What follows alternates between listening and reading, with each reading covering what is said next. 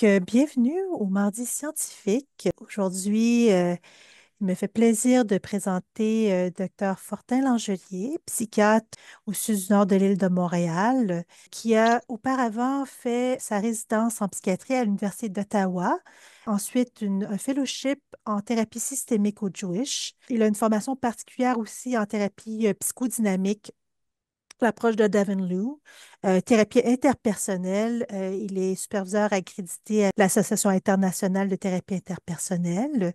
Il a également travaillé au Royal Ottawa, aux soins partagés et également, il s'est spécialisé aussi en trauma. Ici, au sud du Nord, il travaille à la clinique des maladies affectives.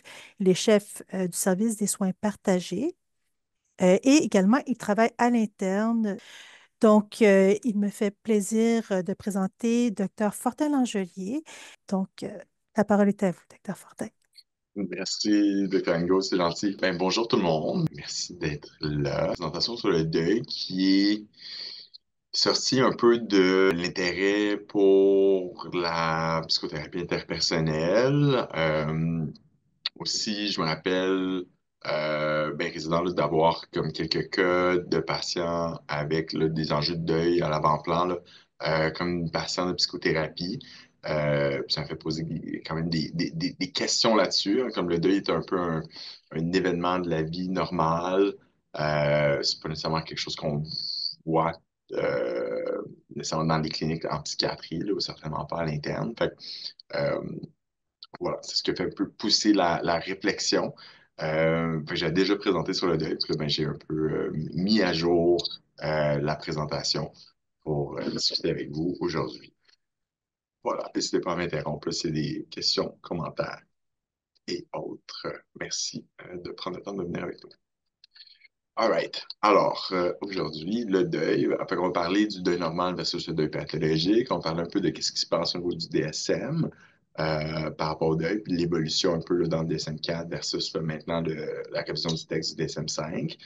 Parler de l'effet du deuil, l'impact global du deuil. Puis on va parler d'approche psychothérapeutique, principalement comparée à une thérapie spécifique au deuil qui s'appelle le Complex Grief Therapy, à la thérapie interpersonnelle, ouais, puis aussi à la thérapie sur Intensive Short-Term Psychodynamic Therapy, fait que la psychodynamique court terme. Voilà, donc on va différencier le deuil normal versus le deuil pathologique. On va explorer les controverses dans les SM liées au deuil, puis on va essayer de formuler le deuil selon différentes approches de psychothérapie. Quand on parle de deuil, fait que un peu de vocabulaire. Fait en anglais, le terme bereavement, euh, c'est vraiment la perte d'un être cher. Fait que la perte de quelqu'un. Fait que quelqu'un est décédé. Puis c'est quand même un peu pertinent, ça va être utile là, pour différencier là, quand on parle d'un peu d'émotions liées au deuil. Fait que d'émotions liées à la perte versus le travail du deuil de quelqu'un est décédé. Fait que parle de deuil de quelqu'un qui est plus là. Quand on parle de deuil, c'est fait qu'on parle de processus d'adaptation au décès. En anglais, le mot mourning, fait que l'adaptation réussie au décès. Fait qu'on a fait le deuil, il y a un terme pour ça là, en anglais. Puis, il y a différents vocabulaires là, pour évoquer le deuil complexe ou le deuil compliqué, le deuil pathologique, le deuil prolongé, qui est le vocable qui était retenu dans la traduction du DSM-5, ou le deuil chronique. Tout ça, c'est essentiellement la même chose. Fait qu'on parle voilà, on parle de la même entité clinique. On va commencer avec un premier cas, le cas de Jessica, qui est une patiente de 30 ans qui a été vue à l'urgence suite à la découverte là, de son copain qui s'était suicidé. Fait que son copain, qui était quand même, ça faisait pas très longtemps qu'ils étaient ensemble là, romantiquement, ça faisait juste 4 mois qu'ils étaient en couple, mais c'était un bon ami, quelqu'un qu'elle connaissait là, depuis avant. Ils s'étaient pendus dans leur appartement. Fait que se présente à l'urgence, grande détresse, pleure beaucoup, se sent confuse, paniqué, tout va mal. Euh, Fait qu'est-ce qui se passe? Fait que là, est-ce qu'on est dans le deuil pathologique? Pas vraiment, pas encore. Fait qu'on est dans le deuil aigu. Fait que dans le deuil aigu, bon, on peut diviser là, ce qui se passe au niveau affectif, cognitif, comportemental. Fait qu'au niveau affectif, ben, il y a désespoir, des symptômes dépressifs, de l'anxiété, des peurs. Les gens vont se blâmer, fait que surtout dans le cas de la patiente, ben voilà, est-ce que c'est de ma faute, que j'ai fait pas correct? Il peut y avoir colère, irritabilité, anédonie. Euh, il peut y avoir un low cognitif, là, des pensées intrusives en lien avec le défunt, un déni de ce qui est arrivé, un impact sur le cycle de soi, des espoirs, des idées suicidaires. Puis, bon, au niveau comportemental, plus un repli social, pleurs, sanglots. Les gens peuvent être un peu agités, là, une espèce de restlessness, là, ou hyperactivité. Euh, puis au niveau physiologique, bon, perte d'appétit, problème de sommeil, fatigue, symptômes somatiques. Fait que c'est sûr que c'est des symptômes anxio-dépressifs où il y a beaucoup un peu d'overlap là, avec les grands syndromes psychiatriques, là, plus l'anémie anxio-dépressive. Puis c'est une réponse qui est normale à la perte d'un être cher. Qu'est-ce que le deuil? Bon, alors selon John Bowlby, on est plus dans les théories de l'attachement. Fait que le deuil, ça fait partie un peu il y a une protestation initiale pour attirer l'attention à la séparation, suivie d'un repli sur soi. Une espèce de découragement là, pour préserver l'énergie. Fait qu'on cherche l'autre, on a perdu l'autre, mais éventuellement, comme l'autre n'est pas là, ben, une espèce de repli sur soi. Puis c'est durant cette période-là de repli où on va un peu se reconfigurer là, nos schémas, nos internal working models là, de nous et du monde, là. C'est-à-dire comment on peut interpréter qui on est, puis euh, qu'est-ce qu'on comprend du monde en l'absence du défunt. Euh, Puis, bon, d'autres penseurs là, plus en psychodynamique, où on va parler du deuil comme des compositions, l'ensemble des processus biologiques liés à ce qui est obtenu de l'autre. Puis l'attachement va être l'ensemble des mécanismes de régulation interpersonnelle qu'on internalise comme un modèle de travail interne. Euh, Dans les théories, un peu comment on conceptualise le deuil, il y a une psychiatre américaine qui s'appelle Catherine Shear, que je vais citer beaucoup. Je pense qu'elle a élaboré un bon modèle qui est vraiment lié aux thérapies de l'attachement. Fait qu'on a la perte de notre cher. Fait que, dans le fond, dans les théories de l'attachement, l'attachement détermine voilà, comment on se comprend soi-même, le internal working model of self. On va comprendre le monde, fait internal working model of the world. Fait que la perte, euh, pardon, va mener à voilà, une perte de qu'est-ce qu'on comprend du monde, qu'est-ce qu'on peut assumer du monde. Mais une perte là, un sentiment de perte de compétences, de motivation. Ça va activer bon, le proximity seeking, fait qu'on cherche la personne qui est plus là. Euh, on est préoccupé par rapport à la personne qui est décédée. Elle va avoir beaucoup de souvenirs. Elle va être très dans notre esprit parce que ce manque-là, euh, on perd nos repères. Fait qu'on on perd un peu notre capacité à bien se réguler. Euh, on se sécurise, on s'oriente comme adulte dans l'univers à travers nos relations avec les autres. Fait que la perte d'une relation pour cette désorientation-là. Puis avec ça, ben, vient un peu une perte d'intérêt là, pour euh, les activités quotidiennes, mais aussi de la difficulté à se projeter là, dans le futur. Ça a un impact là, sur la régulation des émotions. Fait que c'est ce qu'on appelle le deuil initial, fait que la réaction normale. Fait que tout ça est attendu, fait partie du deuil aigu. Euh, mais éventuellement, ben, il va avoir, c'est-à-dire il va avoir un coping, fait qu'on va finir par s'ajuster. Fait que c'est-à-dire que dans l'absence de la personne décédée, ben, on va quand même finir par reviser nos modèles de ce qu'on comprend de nous-mêmes, ce qu'on comprend du monde. On va rétablir certains rythmes physiologiques et comportementaux, puis bon, on va retrouver quand même un sentiment de compétence. Mais si tout ça ne fonctionne pas, ben là, on se retrouve un peu pris dans une espèce d'entre-deux qu'on va appeler le deuil compliqué. Le deuil normal, pour bon, la plupart des gens, il va avoir des symptômes, au moins pour une série de 6 mois.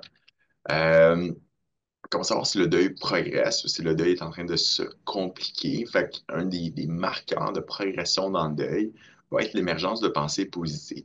Fait qu'on se retrouve un peu moins dans tout va mal, j'ai perdu tous mes repères, rien ne fonctionne parce que j'ai perdu ma mère, mon conjoint, mon grand-père. On arrive un peu à se rappeler de qu'est-ce qui était positif. Fait que je m'ennuie de la personne, mais je me rappelle de ce qui était positif qu'on a partagé ensemble. Fait qu'on est moins dans la panique, dans la perte, dans l'anxiété de séparation, dans la recherche de où est cette personne-là dont on a besoin. Alors, on est capable de penser ben, de revisiter des symptômes, pardon, des souvenirs positifs. Est-ce qu'on résout vraiment le deuil un jour? Fait que ce qu'on dit, c'est que c'est plutôt que le processus de deuil va s'intégrer à la vie quotidienne, puis va continuer pour plusieurs années. Fait que c'est normal de revisiter un deuil de manière périodique. Fait que, par exemple, quand quelqu'un qui a perdu un grand-parent qui était très proche ou un parent qui était très proche, ben, c'est normal de revisiter le deuil à des moments significatifs dans la vie. Fait qu'au moment de la graduation, au moment de son mariage, au moment de la naissance des enfants, fait qu'on aurait aimé partager ça avec la personne qui est plus là. Puis c'est normal de revisiter le deuil à ce moment-là où il y a des émotions liées au deuil qui vont réémerger. Fait qu'est-ce qu'on fait avec le deuil aigu? Puis surtout, ben, est-ce qu'il faut faire quelque chose? Euh, Fait que le deuil est un processus naturel. Fait que ce qu'on veut, c'est, on peut être présent, on peut intervenir, mais on veut surtout pas interférer avec ce processus naturel-là. Fait qu'on peut éduquer, normaliser, valider ce que les gens vivent, euh, faire un peu d'enseignement sur qu'est-ce que c'est les tâches du deuil. En fait, les tâches du deuil, on va parler de accepter la réalité de la perte du décès, puis, désolé là, pour l'erreur d'orthographe, là, puis commencer à revivre. Pardon, ben, accepter la réalité de la perte, faire face à la douleur de la perte, puis s'ajuster à un environnement sans le défunt, puis recommencer la vie active en l'absence de la personne qui est décédée, puis ça va aider aussi, éventuellement à retrouver de l'espoir pour le futur. Fait que c'est ce qu'on appelle le dual process model. Fait que souvent, quand on parle de deuil, on parle là, des théories là, de Kubler-Ross avec ce qu'on appelle les cycles, ben, les phases du deuil, de déni, protestation, colère. Puis éventuellement, là, bon, dépression, acceptation. Fait que c'est sûr que ça ressemble à ce qui se passe là, dans la perte d'une figure d'attachement. Euh, mais ça, c'était surtout faire le deuil quand quelqu'un reçoit un diagnostic là, d'un trouble de santé. Fait que quand on parle de bon, faire le deuil de quelqu'un qui est décédé, je pense que ce qu'on appelle le dual process model est peut-être un peu plus intéressant pour l'orientation thérapeutique. Fait qu'on parle de accepter la perte. Fait qu'il y a un travail qui est vraiment lié à faire face à la perte. Puis une partie du travail qui est liée à recommencer sa vie en l'absence du défunt.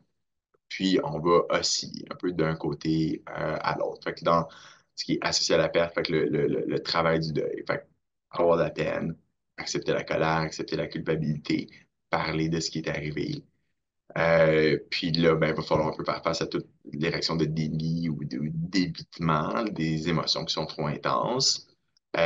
Puis, ben, recommencer sa vie en l'absence du défunt. Fait que, encore une fois, il va y avoir un peu d'évitement. Mais éventuellement, ben, reprendre sa vie puis accepter que on peut quand même avoir un futur, même si cette personne qui est décédée nous manque beaucoup. Fait que pour ce qui est de Jessica, hein, fait que si on revient à la patiente qu'on voit à l'urgence là, en deuil aigu après le décès de son conjoint, euh, fait que, bon, il y avait une grande détresse, mais elle avait quand même d'autres supports. Il y avait une amie qui était venue là, à la voir à l'urgence, fait qu'on a décidé de pas faire grand-chose. On dit, bon, tu sais, on va t'aider à calmer un peu, normaliser le sommeil. On a fait une prescription de kétiapine, puis on a fait un suivi à ce moment-là. Au premier rendez-vous de suivi, une semaine après, la patiente avait pas pris sa douche, tout va mal, pleure encore beaucoup, c'est encore très difficile, ne fait que parler là, de son conjoint dans la rencontre. Mais les choses commencent à progresser. Fait que déjà la semaine suivante, elle est capable de recommencer à prendre soin d'elle-même, capable d'être plus présente pour son fils, parle du fait qu'elle a perdu son père par suicide, puis c'est sûr que ce deuil-là est éveillé là, par le décès de son conjoint. Fait qu'il y a une mobilisation, fait qu'un peu plus de flexibilité euh, au niveau là, de l'état mental. Elle prend encore la kétiapine, puis on va faire un autre suivi où elle n'est pas venue. Bon, est-ce que c'est une bonne ou une mauvaise nouvelle? semblait y avoir une progression. C'est sûr que pour parler de deuil prolongé, là, ça fait 1 an après le décès de la personne, puis j'ai pas ces données-là. Mais dans l'ensemble, bon, on a un deuil aigu qui, 80-90% du temps, devrait progresser de manière normale. Fait un peu de support, pas d'intervention dramatique. Puis on lui souhaite le meilleur. Puis il semble qu'il y a quand même des bonnes chances que les choses se soient passées de manière correcte à ce stade. C'est quoi l'impact du décès d'un proche? Fait quand on perd un conjoint, un parent, un enfant, il y a un vrai impact là, sur la santé physique des gens. Fait qu'on observe un pic de mortalité, fait qu'une élévation du risque relatif de mortalité chez les veuves et les veuves durant 6 mois après le décès là, du conjoint de la conjointe. Fait qu'une élévation du risque relatif là, de décès, que ce soit par suicide, des accidents liés à l'alcool ou des causes cardiaques. C'est sûr que le risque de décès de base est relativement bas. Donc, l'augmentation là, du décès n'est pas quelque chose de dramatique en termes absolus, mais c'est quand même présent et significatif. Morbidité, fait que plus de risque de développer une nouvelle maladie là, dans les 6 mois là, qui suivent le décès d'un proche. Euh, Quand traiter le deuil, fait offrir systématiquement de la thérapie n'est pas efficace. Puis ça, c'est quand même intéressant. Je disais, il n'y a pas longtemps, là, il avait fait des études là, d'offrir de la thérapie dialectique à tout le monde dans une école secondaire. Puis, euh, encore une fois, aucun bénéfice. Fait offrir de la thérapie aux gens qui ne sont pas malades, c'est pas nécessairement utile. La thérapie pour ceux qui cherchent de l'aide ou semblent à risque de peut-être développer un deuil complexe, ça va être montrer un léger bénéfice. Fait que, tu sais, les gens qui se sentent seuls, les gens qui vivent une détresse importante puis qui veulent parler, qui veulent avoir du support, ben, c'est correct de les aider. Euh, Puis les thérapies pour ceux qui vivent vraiment un deuil complexe, fait qu'on va parler des critères diagnostiques un peu plus tard, ben ça, offrir une thérapie spécifique puis ciblée semble mener à un effet prolongé. Fait qu'on veut traiter les gens qui sont malades, les gens qui vont mal. Euh, je pourrais ça surtout des psychiatres aujourd'hui, fait que je sais que j'ai pas besoin de convaincre personne de ça. Alright. Qu'est-ce qui peut complexifier le deuil? Ben, qu'est-ce qui fait qu'on progresse normalement versus qu'est-ce qui fait que le deuil peut devenir plus compliqué? Fait qu'il y a certains facteurs épidémiologiques. Fait qu'on va parler des circonstances liées au décès. Fait qu'un décès qui est plus traumatique, fait quelque chose qui est soudain, qui n'était pas attendu, ou un décès comme le suicide, avec les aspects là, de stigmatisation, de honte. On est gêné de parler de ça, c'est difficile de parler du suicide. Euh, Plusieurs pertes, quand les gens étaient des aidants naturels qui étaient déjà épuisés, quand on perd un enfant, sont des circonstances là, qui augmentent le risque là, de complexe, de prolonger. Il y a certains facteurs de protection, ou des facteurs là, plus liés à l'individu là, qui peuvent être fragilisants. Fait qu'une bonne estime de soi, un attachement sécure, c'est des facteurs protecteurs. Que la personne était déjà déprimée avant le deuil, ben, c'est des facteurs de risque là, de compliqués. Le statut socio-économique, ça va pas avoir là, d'influence là-dessus. En termes de plus process research, là, ce qu'on remarque en thérapie, fait, quand on a perdu une personne qui était très importante, euh, tout ce qui semble les comportements, le coping un peu maladaptif, là, qui semble interférer avec l'acceptation du décès. Fait que beaucoup de rumination sur la mort, recherche de moyens sur lesquels elle aurait pu être évitée. Fait que quand finalement on est plus dans la espèce de négociation pour accepter la réalité du décès, ben, ça empêche de progresser. Quand on est trop submergé par les émotions, par la détresse, puis on se met à éviter. Fait qu'on n'arrive pas à passer là, à travers ces émotions-là. Fait qu'on parlait là, du dual process model, fait accepter ou le grief-related work, fait qu'il y a des choses qui peuvent interférer avec cette partie-là des tâches, puis ce qui peut interférer avec la reconstruction de la vie dans l'absence du défunt, avec trop de culpabilité, perte de sens, capacité à trouver de la satisfaction, puis les gens, il y a un trop grand repli qui fait qu'on se remet pas en action, puis là, ça stagne aussi. Fait que deux complexes, prévalence, on parle de 10 à 20 des endeuillés, ce qui peut toucher là, de 2,5 à 5 de la population. Les femmes semblent être un peu plus à risque. Puis là, il y a un questionnement qui est quand même présent là, depuis assez longtemps. Fait qu'est-ce que le deuil complexe est une entité distincte où le deuil, la perte de notre chair est plus un déclencheur pour un autre trouble mental, fait que plus comme les troubles d'humeur ou les troubles anxieux. Fait que le deuil vient causer une dépression ou exacerber un TAG ou peut-être causer un trouble de stress post-traumatique ou est-ce que le deuil complexe est vraiment un trouble de santé mentale? Il y a des échelles diagnostiques comme le Inventory of Complicated Grief ou le euh, Texas Grief Inventory. Puis il y a aussi des critères qui ont été proposés dans Conditions for Further Study dans la première édition là, du DSM-5. Fait que je pense qu'on est en 2012-2013. Puis là, il y a des critères là, qui ont été inclus dans le révision du texte là, en 2022. Voilà. Fait que les Inventory of Complicated Grief, fait que je l'ai mis en anglais. Fait qu'il y a c'est 19 points avec un Likert scale. Est-ce que c'est de jamais 0 point à toujours? Puis bon, là, la gradation là, auquel vous attendez entre ça. Puis quand on a un score supérieur à 25, ça indique un deuil complexe. Il y a une traduction en ligne, que j'ai mis là, l'adresse web euh, voilà, pour la traduction. Certaines controverses liées au DSM. Fait que dans le DSM, il y a un V-code pour bereavement. C'est-à-dire que la perte d'un être cher peut mener à de l'attention clinique, comme le V-code d'enjeux relationnels par enfant, par exemple. Fait que c'est pas une maladie, mais les gens peuvent chercher de l'aide pour ça. Fait qu'on parle de non compliqué. euh, Où c'est ça, on explique que c'est normal d'avoir des symptômes qui s'apparentent à ceux de la dépression majeure. Puis il peut y avoir une variation là, d'intensité, puis de cours de cette symptomatologie là, selon les cultures. Voilà. Puis là-dessus, ben, dans le V-Code, il n'y a pas vraiment de guidance, il n'y a pas vraiment d'instruction. Là. Le DSM, de toute manière, c'est pas un manuel de traitement non plus. Là, fait qu'il ne faut pas s'attendre à ça. Mais bref. Fait qu'il y a un code pour dire les gens sont peut-être pas malades, ils sont juste endeuillés. Euh, Dans le DSM-4, fait que le deuil était un critère d'exclusion pour la dépression majeure. C'est-à-dire que on disait qu'on ne fait pas diagnostiquer un épisode dépressif caractérisé si la personne là, venait d'avoir la perte d'un proche dans le dernier 2 mois. Puis, je pense que c'est un peu dans l'effort de ne pas pathologiser la vie normale. Hein, dans les critiques du DSM, c'est tout devient une maladie.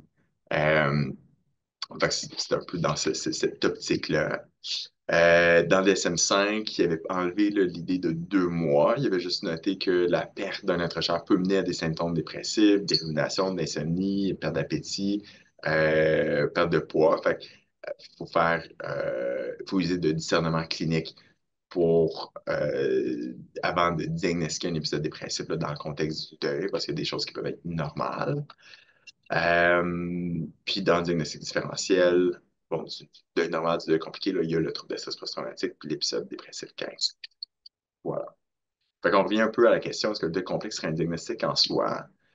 Euh, Fait que c'était Conditions for Further Study, fait que des conditions évaluées dans le DSM, mais là, on l'a accepté dans le DSM-5. Fait qu'on lui ont appelé ça dans la traduction française le trouble du deuil prolongé. Fait que, je m'excuse, j'ai fait une erreur, c'est pas 6 mois, c'est 12 mois. Fait que la mort d'un proche, puis depuis le décès, pour la mort de proche qui est survenue depuis au moins 12 mois. Fait que depuis le décès, pour la majorité des jours, il y a une détresse liée à la séparation. Fait qu'il y a un désir très intense de retrouver la personne décédée, une grande nostalgie de cette relation, beaucoup de préoccupations concernant les pensées et les souvenirs liés à la personne décédée. Puis, il y a au moins 3 des 8 symptômes suivants. En fait, des symptômes cognitifs, comportementaux, émotionnels, avec perturbation de l'identité, sentiment d'incrédulité par rapport au décès, évitement des rappels que la personne est décédée, douleur émotionnelle intense, difficulté à réintégrer les relations, activité post-décès, engourdissement émotionnel, sentiment que la vie est dénuée de sens depuis le décès, solitude intense depuis le décès. Fait, on a vraiment une catégorie de diagnostic liée à de la détresse par rapport au décès, puis un critère de temps où les symptômes durent au moins 6 mois, puis j'ai oublié d'écrire, là, mais ça fait 12 mois là, que la personne est décédée. Puis bon, ok. critères réguliers du DSM, là, altération du fonctionnement professionnel, social, éducatif, sur anormal dans le contexte culturel, puis pas mieux expliqué par un épisode dépressif, trouble de stress post-traumatique ou un autre trouble mental.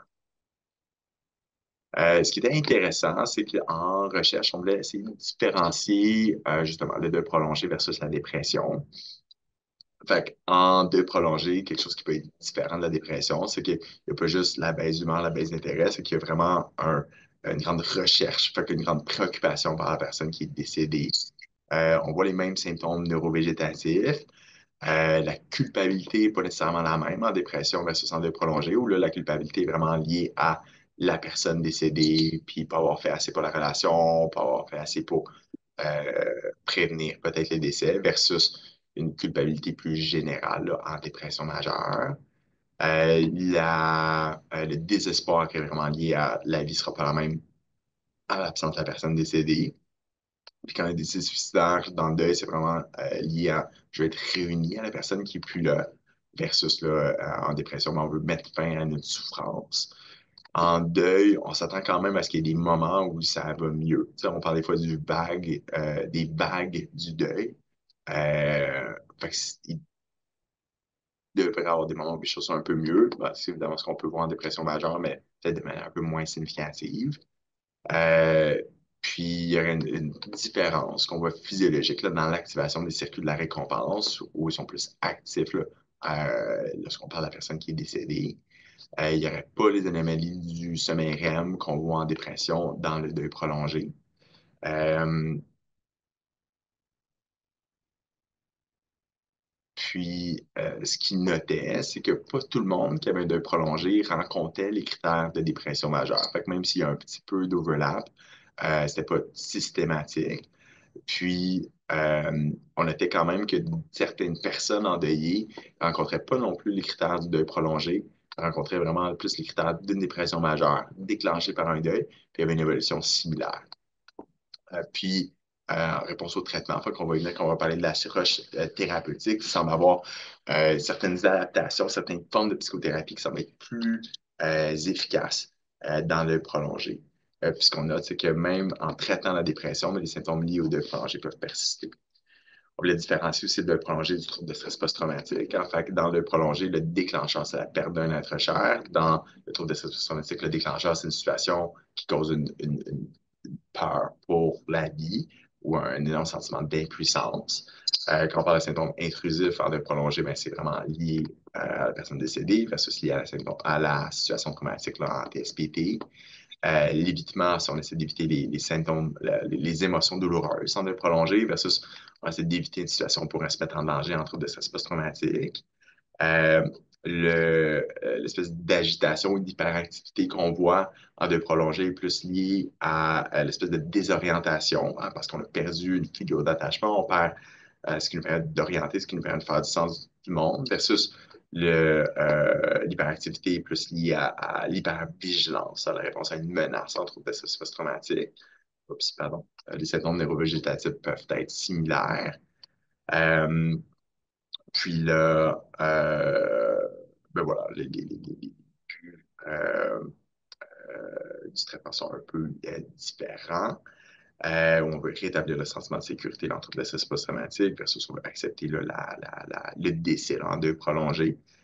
Puis en deuil prolongé, la plupart des patients ne rencontrent pas les critères de trouble de stress post-traumatique, mais oui, certains patients avec trouble de stress post-traumatique là, peuvent avoir des éléments de prolongé là, selon le trauma initial. Donc, en pratique courante, ce qu'on a tendance à faire, c'est surtout, dans le sens en termes de diagnostic psychiatrique, surtout avant, bon, là, avec la nouvelle révision du DSM, peut-être qu'on va diagnostiquer plus là, le deuil prolongé comme tel, mais sinon, en règle générale, ben, on va diagnostiquer des épisodes dépressifs. On va noter que c'est lié au deuil, ou parfois on va faire un diagnostic de trouble de stress post-traumatique, ou encore on va parler plus de troubles d'adaptation. En pédopsychiatrie, on va peut-être parler d'anxiété de séparation.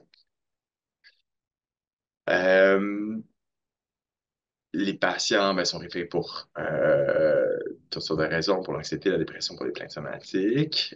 Fait qu'ils vont se présenter autant en clinique externe qu'en consultation liaison ou encore à l'urgence. Ce qui m'amène à vous parler d'un prochain cas. Fait que le cas de Nicole. Nicole est une femme de 52 ans qui rencontre des critères de dépression. Elle a des symptômes dépressifs depuis 5 ans, suite au décès de sa mère. Ça fait quand même plusieurs années que sa mère est décédée.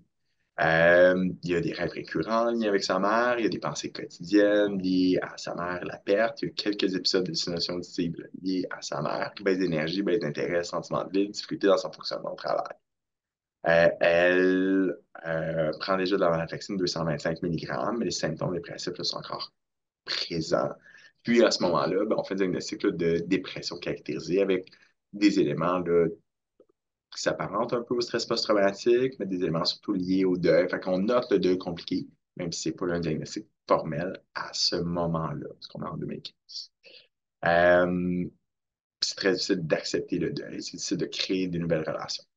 Puis, à ce moment, ben, moi, je suis formé en thérapie interpersonnelle. Fait que c'est un peu mon outil. Hein. S'il y a une dépression liée au deuil, je me dis, ben, on va utiliser la thérapie interpersonnelle. Fait que c'est ce que je ferai en patiente comme psychothérapie.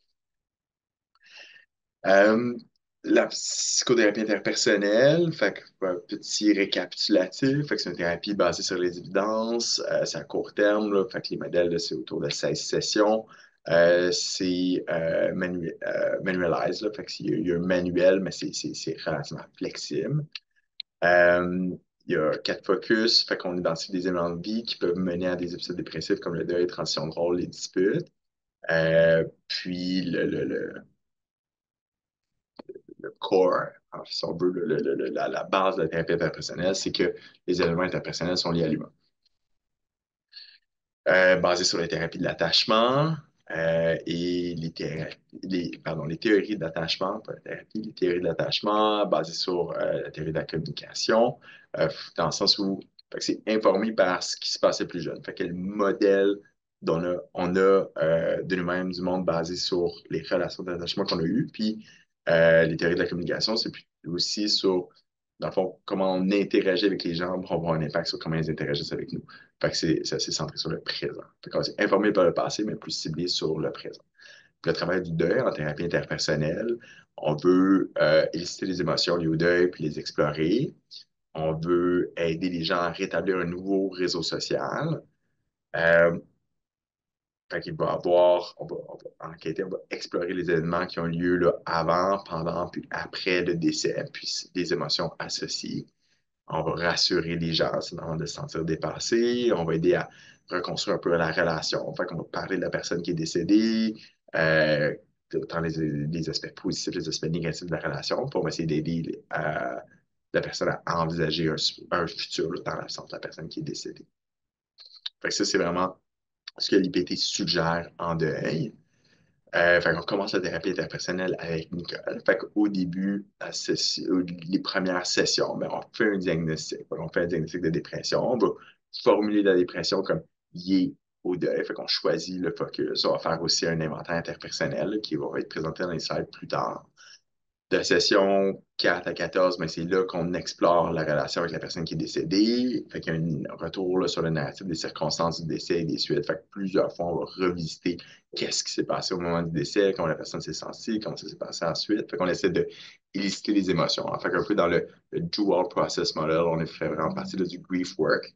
Euh, Puis, on explore quand même qu'est-ce qui se passe dans le présent pour aider la personne à se réactiver dans le présent, réactiver dans d'autres, dans des relations nouvelles. Puis, le début va être un peu plus focusé sur le narratif des circonstances du décès. Fait que le début là, du middle phase de IPT. La deuxième moitié du middle phase va être un peu plus passé sur le présent. Puis, à la suite, ben, on essaie de se dire un bel au revoir. Fait que l'inventaire interpersonnel de Nicole, fait, ce qui était marquant, c'est que vraiment la personne la plus proche d'elle, hein, fait que ça, c'est Nicole. Ça, c'est les gens les plus proches, les gens intimes. Un cercle social relativement proche, peut-être un peu moins intime, puis un cercle social plus étendu. Fait que la personne la plus proche, qui la comprenait bien, qui était sa meilleure amie, c'était sa mère. Il y avait quand même quelques amis proches, il y avait le reste de sa famille. Fait que, qui était peut-être un petit peu plus loin, mais quand même présent. Puis après le décès de sa mère, ben, euh, sa mère n'a juste jamais été remplacée. Fait que ce qu'on veut voir normalement dans un deuil qui peut être plus réussi, c'est qu'on va peut-être être capable de tirer quelques amis ou d'autres membres de la famille un peu plus proches, euh, qui assume une partie de la fonction qui était assumée là, par la personne qui est décédée. Mais là, pour Nicole, ben, il y avait un grand vide. Voilà. Fait que, ça validait là, la formulation de dépression liée au deuil. Une manière de formuler, ben réfléchir là, à ce qui se passe dans la partie d'exploration de personnes décédées. Fait qu'on veut parler des aspects positifs de la vie avant le décès. Fait que la vie était très belle quand sa mère était là, elle était proche, elle se voyait à chaque semaine. On parlait des aspects plus négatifs de la vie après le décès. Fait que c'est difficile, il y a de la solitude, son père s'est remarié, elle comprend pas. Puis là, éventuellement, mais quand le travail progresse, on s'attend à ce que la personne soit quand même capable d'explorer ce qui se passait avant le décès avec un peu plus de nuances.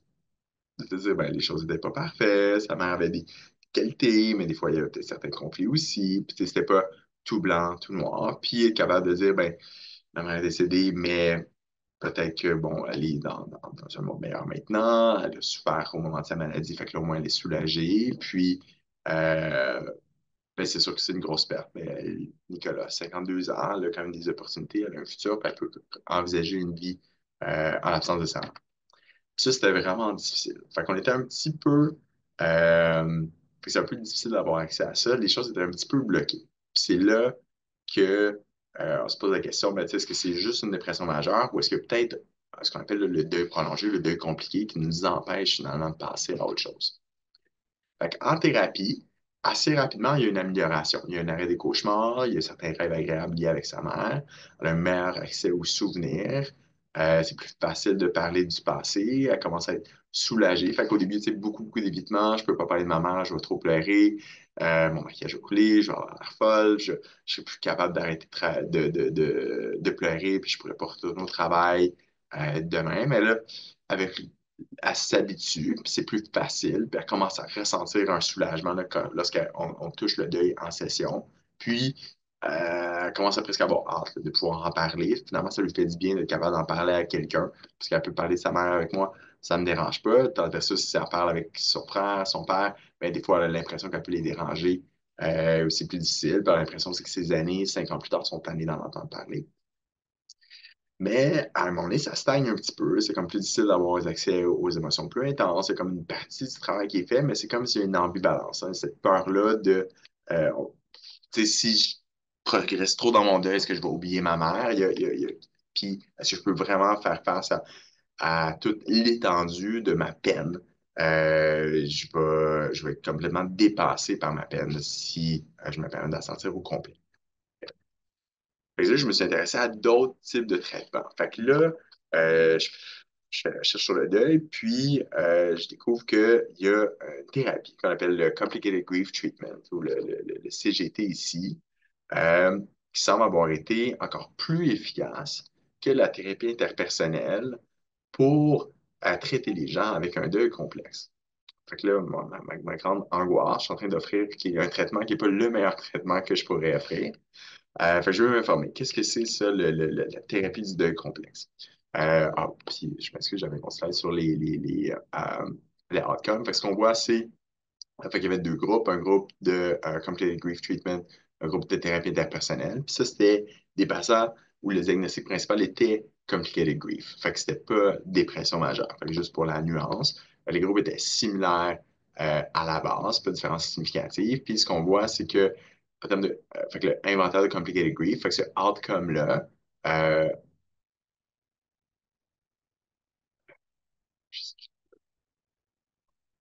différence. Et voilà. Fait que le post-treatment, fait qu'il y a plus de symptômes de deuil non résolus chez les gens qui avaient la thérapie interpersonnelle. Fait que le delta, fait que la diminution de symptômes est moins marquée en IPT. Puis ça, c'est statistiquement significatif. Pas beaucoup de différence au niveau des symptômes d'anxiété. Tout le monde, ça s'est quand même amélioré.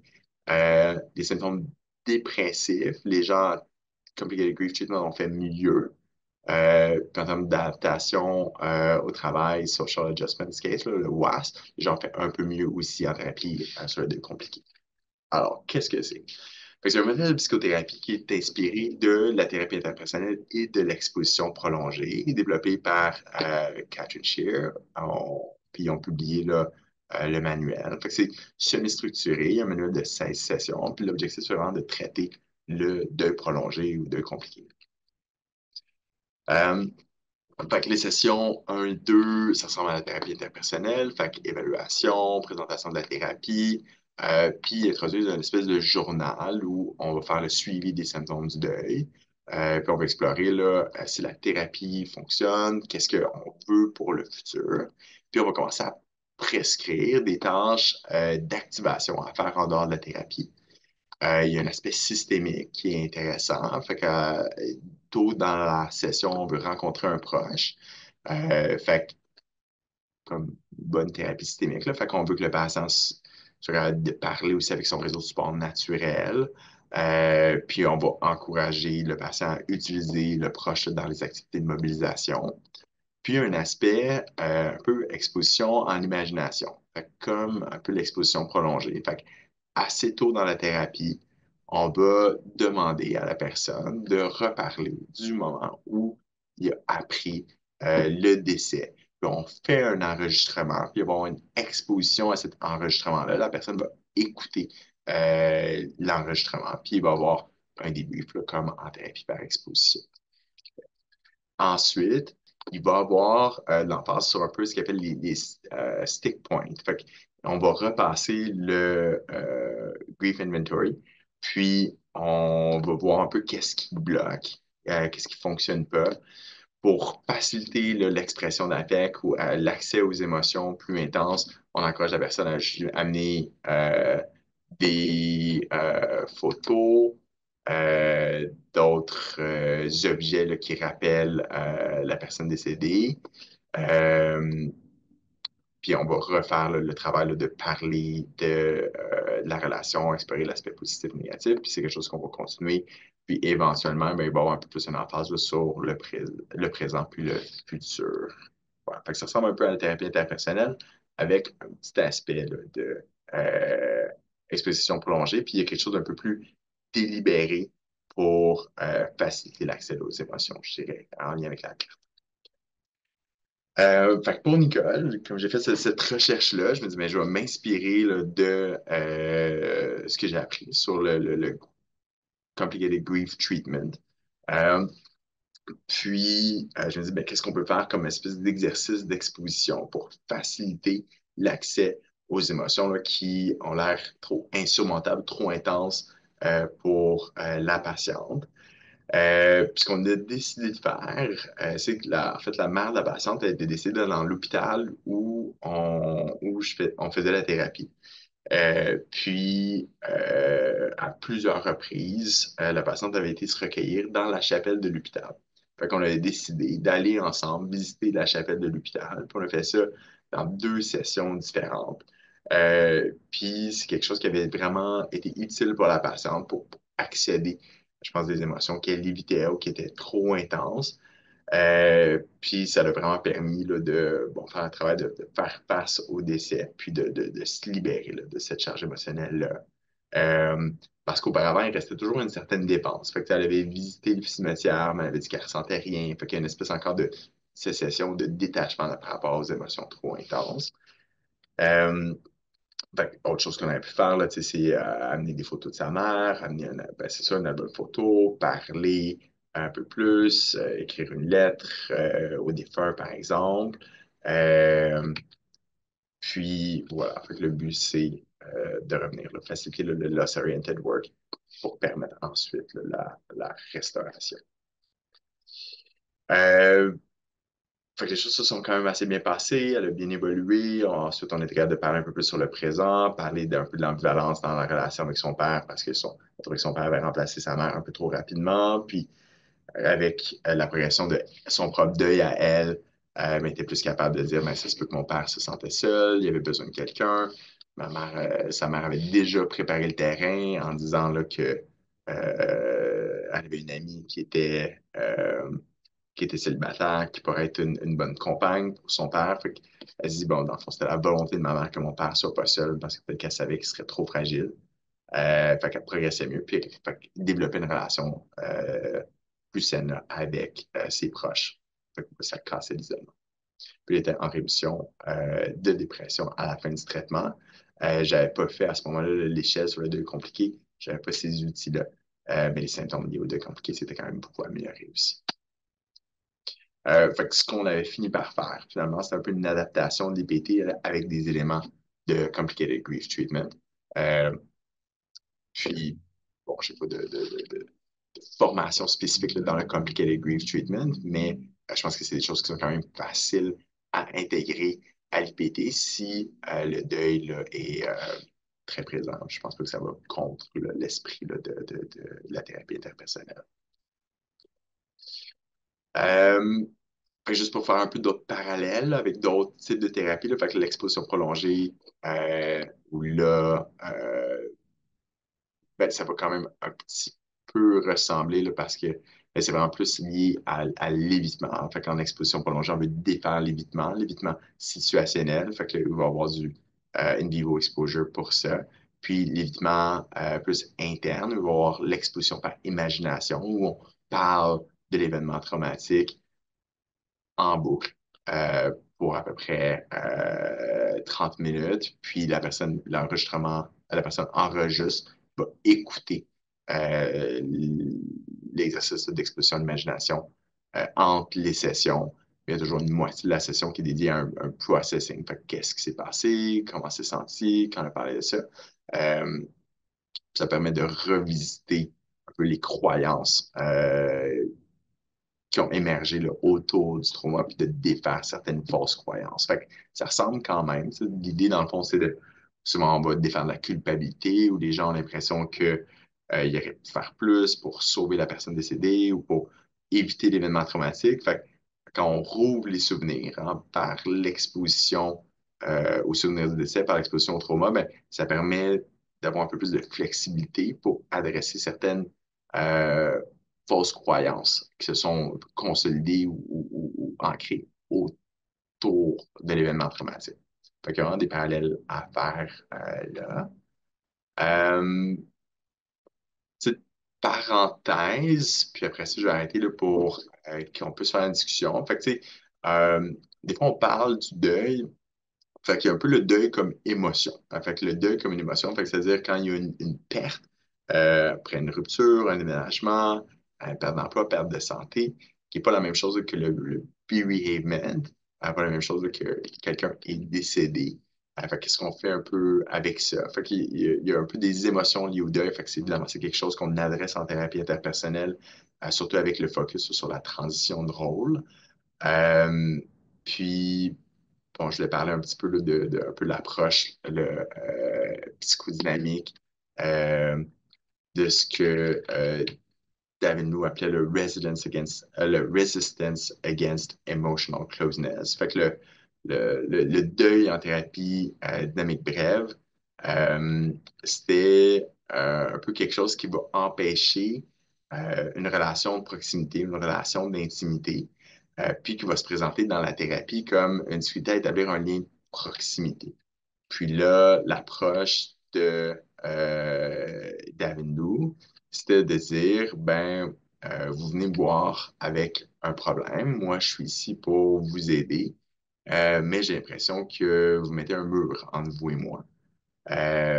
Puis si le mur est là, ben, c'est sûr que moi, ça va me rendre inutile. Puis vous, vous allez rester avec votre problème. Donc, la question que j'ai pour vous aujourd'hui, c'est qu'est-ce que vous êtes prêt à faire par rapport à ça? Euh, Puis c'est à ce moment-là que généralement émerge de l'émotion liée au deuil. Fait que la peur de pas être capable de changer, la peur euh, de pas être comprise, ça va raviver des souvenirs de moments où il y a eu des manquements. J'aurais voulu connecter mieux, j'aurais voulu qu'on me comprenne, mais ça n'a pas été fait. Fait que je ne sais pas si je peux me faire confiance, je ne sais pas si je peux vraiment entrer dans cette thérapie-là. Euh, Fait que c'est un peu une manière là, d'adresser de l'émotion liée au deuil, là, comme grief-related affect en thérapie psychodynamique. Puis des fois, ben, ce qui revenait aussi, c'était juste du deuil non résolu. Euh, Fait que l'approche de thérapie dynamique brève était quand même assez semblable, c'est-à-dire que il faisait reparler des circonstances du décès, il encourageait un peu dans les approches de Gestalt, là, une espèce de conversation avec la personne décédée. Qu'est-ce que tu aurais voulu dire à ton père, ta mère, ton mari, avant qu'il décède, si tu avais pu lui parler, puis ça aidait là, la résolution du deuil.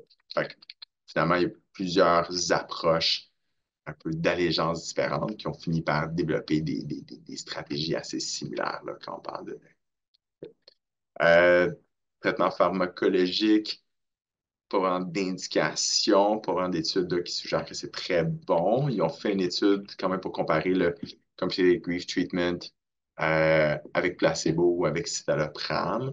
Ce qui se sont, puis ils se sont rendus compte que bon, le Completed Grief Treatment est définitivement meilleur que le placebo. La combinaison avec pardon, puis Completed Grief Treatment plus citalopram est mieux que citalopram seul. Le citalopram semble avoir plus d'impact sur les symptômes dépressifs, mais plus ou moins d'impact sur les symptômes vraiment typiques du deuil compliqué. Le fait de toujours être préoccupé par la personne décédée, l'antidépresseur a plus ou moins d'impact. Donc, le deuil est un processus normal avec des symptômes là, cognitifs, émotionnels, comportementaux, 10 à 20 de compliqués. Puis maintenant, là, on reconnaît le prolongé comme une entité distincte avec des similitudes, avec un des différences là, avec la dépression, le trouble de stress post-traumatique. Pour le deuil compliqué spécifiquement, ben, ça va une approche de psychothérapie qui est le Complicated Grief Treatment, qui semble être la meilleure approche. Mais on peut aussi considérer là, la thérapie interpersonnelle avec peut-être certaines modifications.